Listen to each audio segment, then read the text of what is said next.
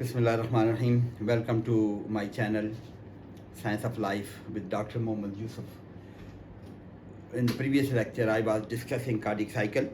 We will continue the same discussion, cardiac cycle 2. But before that, one hadith I would like to quote. That is, Huzur Sallallahu Alaihi Wasallam ने रसूल अल्लाह सल्लल्लाहु अलैहि वसल्लम ने एक आदमी को गुस्से में देख कर फरमाया। अब हुजूर के मुबारक अल्फाज हैं, इन्नी लआलमु कलिमतन लौ क़ाल लज़हबा ग़ज़बुहु। ये हुजूर सल्लल्लाहु अलैहि वसल्लम के अल्फाज हैं कि इन्नी लआलमु कलिमतन, मैं एक ऐसा कलमा जानता हूँ, एक ऐसा सेंटेंस जानता हूँ, लौ क़ाल, अगर ये गुस्से वाला आदमी उनको बोल दे, लज़हबा ग़ज़बुहु, उसका गुस्सा ख़त्म हो जाएगा। आऊज़ु बिल्लाहि मिनश शैतानिर रजीम। वो कलमा क्या है? आऊज़ु बिल्लाहि मिनश शैतानिर रजीम। ये तिरमिज़ी शरीफ की रवायत है। ट्रांसलेशन देख लें कि मैं एक ऐसा कलमा जानता हूँ, अगर ये आदमी इस वक्त कह ले, लौ क़ाल, अगर ये बंदा कह दे, लज़हबा ग़ज़बुहु, इसका गुस्सा ठंडा पड़ जाएगा। ये गुस्सा ठंडा करने की एक बेहतरीन आज़मूदा नुस्खा है कि जिसको गुस्सा आए, अगर वो पढ़ ले आऊज़ु बिल्लाहि मिनश शैतानिर रजीम, कॉन्शियसली पढ़ ले। जब भी आप गुस्सा आए, आप खुद तजर्बा करके देख लें, आपको गुस्सा आए, आप कॉन्शियसली पढ़ लें आऊज़ु बिल्लाहि मिनश शैतानिर रजीम, आपका गुस्सा कम हो जाएगा। तो अल्लाह पाक हमें, ये मुबारक अल्फाज हैं हुज़ूर सल्लल्लाहु अलैहि वसल्लम के, छोटी छोटी बातें हैं लेकिन इनका इतने इफ़ेक्टिव हैं ये कि ज़िंदगी सुकून में आ जाती है। तो अल्लाह पाक हमें समझ अमल की तौफीक अता फरमाए। So we were discussing cardiac cycle. We will continue the same discussion. This diagram, that is upper three curves are showing the pressure changes. This blue one, green one and the red one. These curves, green one is the ventricular pressure, aortic pressure curve, and this blue one is the, now you can see 0 millimeter of mercury अगर blue देखते हैं, right atrial pressure and ventricular pressure भी इतना ही कम है, then it rises to 80 पे वो valve open हो जाते हैं, it can go to the 120 millimeter of mercury. aortic pressure जो 80 तक नीचे आता है और ऊपर जाए contraction में, it can go to the 120 millimeter of mercury etc. So volume changes and ECG etc. and heart sounds, ये तो हम देखें। नाउ इसको हम देखें, प्रेशर चेंजेस ऊपर वाले तीनों में, वो साइड पे लिखा हुआ है pressure changes, and this is volume change, जिसको हमने पिछली लेक्चर में हमने डिस्कस कर लिया था। Now the pressure changes in atria, ये हमने, ये बाकी प्रेशर थे, ये प्रेशर थे, वेंट्रिकुलर प्रेशर चेंजेस तो हमने कर ली थी। अब एट्रियल प्रेशर चेंजेस को डिस्कस करते हैं, ये भी डिस्कस करते हैं, इसको आगे आएगा। Pressure changes in the atria, atria में प्रेशर चेंजेस, आप ये ज़रा पीछे जाके फिर देख लें, ए वेव, सी वेव, ये ए वेव है, ये ए को इधर भी कह सकते हैं, A wave, this is C wave and this is V wave, ये तीन वेव, ये डोम वाली ये ज़रा शार्प वेव है, फिर ये स्लो राइज है, फिर ये फॉल है। So these three waves, A C V waves, these three A C V waves की कैसे पैदा होती हैं, एट्रिया में क्या चेंजेस आ रही हैं, that is A wave due to the atrial contraction. ये फिर वापस जाएं, एट्रियल कंट्रैक्शन हमने कहा था, एट्रियल कंट्रैक्शन ये क्यों फीलिंग हो रही है, एट्रिया आर कंट्रैक्टिंग, तो उसमें प्रेशर इंक्रीज करेगा ना, उसमें जितना भी प्रेशर है, atria will contract, pressure will increase, this increase, rise in the pressure, ये डोम, ये राइज इन द प्रेशर जो पुश कर रहा है blood into the ventricle, there is rise in the pressure, ये ए वेव पैदा हो रही है। Now आगे फिर A wave is due to the atrial contraction and this is 4 to 6 millimeter of mercury. 2 होता है, 2-3 होता है रिलैक्सेशन में, तो 4 to 6 millimeter of mercury, थोड़ा सा pressure 4-5 millimetre of mercury pressure rise करता है, और वो स्लो डोम से शार्प राइज नहीं होता। 7 to 8 millimeter in the left में, राइट में 4 to 6 एंड इसमें 7 to 8। राइट एट्रियल प्रेशर शायद कहीं आपने सुना होगा या कहीं जिक्र हुआ होगा, 0 मिलीमीटर मर्करी, हम उसको सेंट्रल वीनस प्रेशर कहते हैं। राइट एट्रियल प्रेशर में कंट्रैक्शन के दौरान द प्रेशर में rise up to 4 millimetre of mercury, maximum 6 millimetre of mercury, और लेफ्ट में इट में go to 7 to 8 millimetre of mercury. C wave, वो फिर दोबारा आ जाएगा, C wave due to the ventricular contraction. अब इसको वापस जाके फिर उस जगह को फिर देख ले, वेंट्रिकुलर कंट्रैक्शन, ये वेंट्रिकुलर कंट्रैक्शन जो हो रही है, this C wave, ventricular contraction शुरू हुई है ना, तो ये क्यों पैदा हुई है, व्हेन वेंट्रिकल कॉन्ट्रैक्ट तो वेल्व जब बंद होते हैं at the beginning of the ventricular contraction AV valve close, mitral valve close, इसके बंद होने से एट्रिया में थोड़ा सा प्रेशर राइज होता है, ये थोड़ा सा उधर बल्ज करते हैं ना, यूं ही कड़क करके बंद होंगे, they will rise the pressure, तो दिस शार्प राइज, तो atrial valve closure पे, तो this is the C wave due to the ventricular contraction and closure of the, that is the bulging of the AV valve into the atria. ये जो ऐसे खोले हुए पड़े थे, जो ही contraction start हुई, they close but they may bulge towards the ventricle and they increase the pressure in the upper chamber, that is the atrial pressure. This bulging of the AV valve causes this C wave. Some backflow of the blood may occur, of course, at just the beginning, some blood may go back, but then it closes. So some backflow of the blood or bulging of the AV valve into the ventricle atria may cause this V wave. And then V wave, this is due to gradual flow of the blood. हम atria की बात करें, हम ventricle को पहले discuss कर चुके, atria की बात करें, एट्रिया में फिलिंग हो रही है. So this blood is coming, filling into the ventricle and gradually pressure is rising.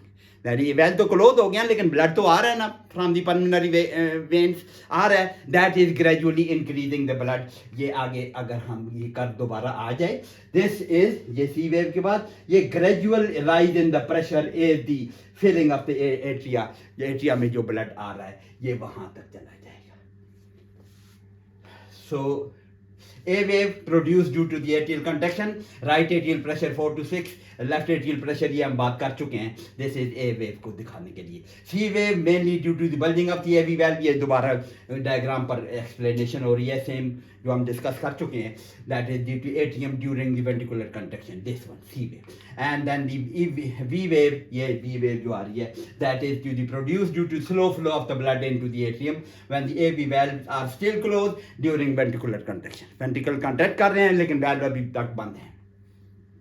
So ये तीन wave, pressure changes in the atria, ACV wave. Now some this in cardiac cycle, some important volume which should be at your fingertips, which you always remember. ये हर जगह आपको हर वक्त याद होनी चाहिए. These volumes and diastolic volume, that is filling of the ventricle. At the end of the filling, how much volume is collected at the end of the diastole and diastolic volume? That is about 110 to 120 ml. That is 110 to 120 ml of blood is collected in the ventricle at the end of the diastole. Proper filling, पूरी filling. That is वो rapid filling phase, slow filling phase and 20% जो filling होगी है atrial contraction की वजह से. Maximum filling कितनी होगी है normal, ये normal है 120 up to 110 to 120 ml of the blood. Then it will contract, it will push some of the blood into the, most of the blood, अगर some of the नहीं कहना, most of the blood into the aorta, left की बात कर रहे हैं, right की बात कर रहे हैं, into the pulmonary trunk. So left ventricle will push the blood into the aorta, but all the blood 120 ml is not pushed. Some blood is left in the ventricle, that is known as end systolic volume. Systole के end पे कितना volume है? ये that is about 40 to 50 ml. क्या मतलब है? 120 में से 50 ml बाकी बच गया है. कितना निकल गया है? 120 में से 50 बच गया है तो कितना निकल गया है? About 70 ml. You can imagine 70 ml has been pushed. 70 ml. So end systolic volume is 50 ml या 40 ml रह गया, बाकी blood has been ejected out. वो stroke volume होगा, उसको अभी हम volume करते हैं. So that is stroke volume. 70 ml of the blood has been pushed into the aorta. That is known as stroke volume. Stroke volume plus this will be this. So the end diastolic volume, then end systolic volume, and जो blood बाहर निकल गया, that is stroke volume. 70 ml होता है. Now ejection fraction किसको कहते हैं? This is important. इस blood का कितने % eject हो गया? ये this is ejected blood. Stroke volume is ejected blood. कितना blood eject हो गया? कितने % of this? You can imagine 110 में से 70 कितना हो गया? 100 में से 70 होता तो 70% हो जाता. 110 से 70 है तो अबाउट 65%, जो कैलकुलेट कर लें. तो this is ejection fraction, normal ejection fraction. लेकिन नॉर्मल इजेक्शन फ्रैक्शन 55 से ऊपर को नॉर्मल मांग लेते हैं. लेकिन नॉर्मली यहाँ देता है अच्छा खाता 65% तक blood up to 70% of the blood eject out हो जाता है नॉर्मली 55 to 65 नॉर्मल आप कह लें दैट इज इजेक्शन फ्रैक्शन इसको कहते हैं percentage of and diastolic volume ejected out so percentage of the end diastolic volume ejected out this is the ejection fraction जिसका हार्ट फेलियर होता है ना वीकनिंग ऑफ द हार्ट होता है pumping activity कम हो जाती है ब्लड अच्छा खासा फिल हो रहा हो लेकिन 50 ml पुश हो रहा है 40 ml पुश है इजेक्शन फ्रैक्शन इतना कम हो गया तो the pumping activity has been reduce pumping effectiveness has been reduced so normal ejection fraction is 55 to 65 it will increase हम देखेंगे सिंपैथेटिक स्टिमुलेशन जो हमने पहले डिस्कस किया था role of nervous system in the cardiac activity sympathetic system will increase this ejection fraction को भी बढ़ाएगी that is more forceful contraction will occur अगर इसी जगह पर मोर फोर्सफुल कंट्रैक्शन होगी तो 70 ml पुश करने के बजाय it may push the 90 ml of the blood out of this 120 तो एंड सिस्टोलिक वॉल्यूम थोड़ा करती बहुत स्क्वीज करती है इनटू द ब्लड तो it will increase ejection fraction ज्यादा हो जाएगी of course sympathetic system stimulation of the sympathetic system may increase this ejection fraction as well लेकिन 55 से नीचा that is failure pumping failure तो स्ट्रोक वॉल्यूम तो हमने बात वॉल्यूम पम्प्ड परसिस्टली 70 ml बात हम कर चुके हैं cardiac output what is that volume of the blood pumped in 1 minute this is the volume pumped in 1 systole 1 contraction में जितना ब्लड निकल रहा है दैट इज स्ट्रोक वॉल्यूम लेकिन 1 मिनट में कितना निकलता है 1 मिनट में स्ट्रोक वॉल्यूम कितने होते हैं कितने कार्डिक साइकिल हैं 70 है 72 है so it will be cardiac output will be volume pumped in 1 minute उसको हम calculate stroke volume multiplied by heart rate stroke volume 70 है हार्ट रेट 72 है that is about 5 litre so 5 litre is the cardiac output 5040 अगर इसको multiply करें तो that is about 5 litre हमने round figure की हुई है 5 लीटर पर minute is the normal cardiac output but as you know it can increase up to several litres ये ज़्यादा हो सकता है so cardiac output can increase several folds पहले भी हमने जिक्र किया है इट फ्रैंक स्टार्लिंग मैकेनिज्म से it can go to 13 litres nervous system के इन्वॉल्वमेंट के बगैर it can go to the 13 litres and nervous system जब involve हो it may go to 30 liters भाई it may go to 35 liters in athletes or 40 liters so cardiac output can increase several fold with increase in end diastolic volume ज़्यादा filling हो रही हो किसी वजह से ज़्यादा filling हो रही हो ventricle की और stroke volume more forceful contraction हो it will increase और हार्ट रेट भी जब बढ़ेगा नंबर ऑफ कंट्रैक्शन ये जो बढ़ जाएंगी पर 70 की बजाय अगर 100 हो जाती 72 के बजाय 100 हो जाती हैं तो इट विल इंक्रीज तो इनके बढ़ने से cardiac output will increase normal cardiac output at resting condition in a normal person is 5 litre पर मिनट ये डायग्राम पहले भी देखी हुई थी दैट इज इसको अभी हम जरा सा मैंने रेफर किया था right atrial pressure normally is 0 millimetre mercury reference point हमारा ये राइट एट्रियम में जितना ज्यादा ब्लड जाएगा उतना ज्यादा उसका प्रेशर राइज करेगा नॉर्मल ब्लड जितना भी जा रहा है that maintains 0 millimeter of mercury pressure in right atrium but the cardiac filling कितना ब्लड आता है उसमें 5 लीटर पर मिनट 1 मिनट में 5 लीटर ब्लड उसमें आता है और फिर आगे पंप भी हो जाता है तो 5 राइट एट्रियल प्रेशर पे कार्डिक आउटपुट इज 5 लीटर ये जो जीरो सिंपैथेटिक स्टिमुलेशन ये वाली ग्रीन कर्व दिखा रही है और जब उसको सिंपैथेटिक स्टिमुलेशन करेंगे it may go up to maximum वो 25 लीटर तक गया हुआ 24 लीटर तक गया हुआ अगर पैरासिम्पैथेटिक स्टिमुलेशन करें तो कम हो सकता है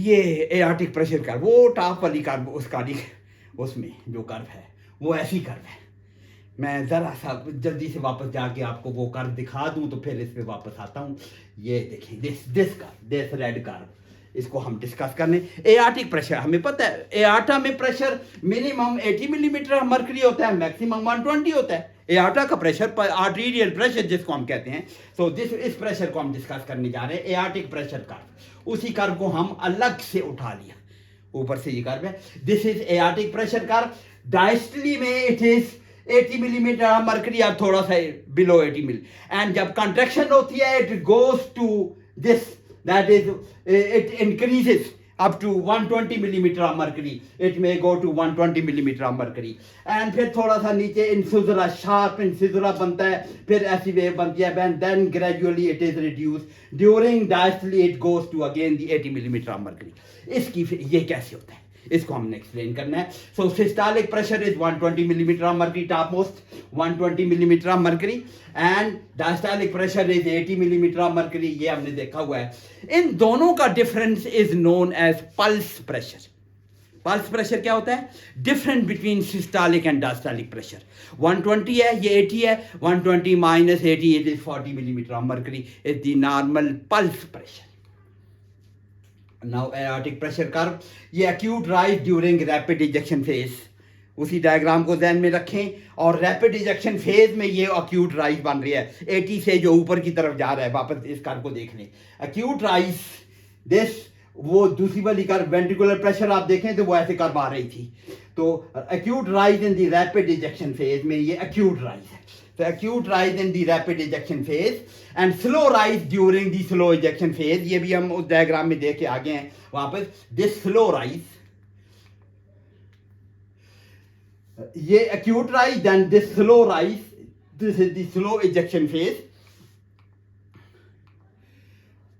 and then slow rise in the this is, and then there is a sharp, जिसको कहते हैं incisura, that is occurs at the beginning of the diastole. जो इन diastole होती है, जो इन diastole isovolumetric relaxation phase का शुरू होना, diastole शुरू होना, जो इन diastole शुरू होती है, this valve diastole शुरू है, aortic valve closes. aortic valve अचानक बंद होगा diastole में. aortic valve will close. Some backflow of the blood may occur. This diastole थोड़ा सा blood, लेकिन sudden closure of the aortic valve. ये थोड़ा सा blood वापस आने की कोशिश करेगा, लेकिन valve फौरन close करेंगे. इस पे थोड़ा सा sharp सा एक wave पैदा हो जाती है, जिसको हम incisura बोलते हैं. Occurs at the beginning of the diastole because of some backflow of the blood and then sudden closure of the aortic valve. ये aortic valve close होता है. So this pressure during, अब ये डायस्टोली हो गई है, डायस्टोली कंटिन्यूज. प्रेशर इन दी एआर्टा, वो well तो बंद हो गया. प्रेशर एआर्टा का ब्लड कहाँ जा रहा है? It is going into the branches of the एआर्टा.